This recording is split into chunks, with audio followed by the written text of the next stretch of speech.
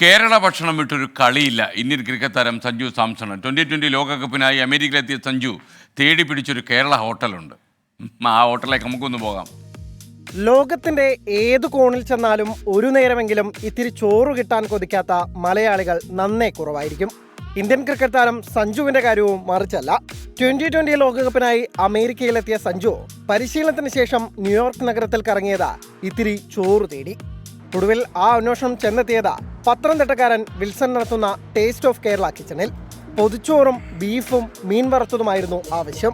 ചൂടോടെ തയ്യാറാക്കി കൊടുത്തപ്പോൾ സഞ്ജു ഹാപ്പി. ഇന്നലെ വൈകുന്നേരം സഞ്ജുവും ഫാമിലിയും ഇവിടെ കഴിക്കാൻ വേണ്ടി വന്നു. മലയാള ഫുഡ് തിരക്കിയാണ് വന്നത്. പുള്ളി കഞ്ഞി വേണമെന്ന് പറഞ്ഞ് കഞ്ഞിയില്ലായിരുന്നു. പിന്നെ ചോറ്, കപ്പ, മത്തി ഫ്രൈ, നമ്മുടെ കേരള ഫുഡെല്ലാം കഴിച്ച് സന്തോഷമായിട്ട് ഇവിടെ പോയത്. ആദ്യ തവണ ഭാര്യ ചാരുവുമൊത്താണ് സഞ്ജു എത്തിയത്. രണ്ടാം തവണ സഹതാരം ഖലീൽ അഹമ്മദിനെയും ട്രെയിനറെയും കൂടെ കൂട്ടി. കേരള ഭക്ഷണത്തിൽ അവരും ഡബിൾ ഹാപ്പി. ഇനിയും വരുമെന്ന ഉറപ്പു നൽകിയാണ് സഞ്ജു മടങ്ങിയത്.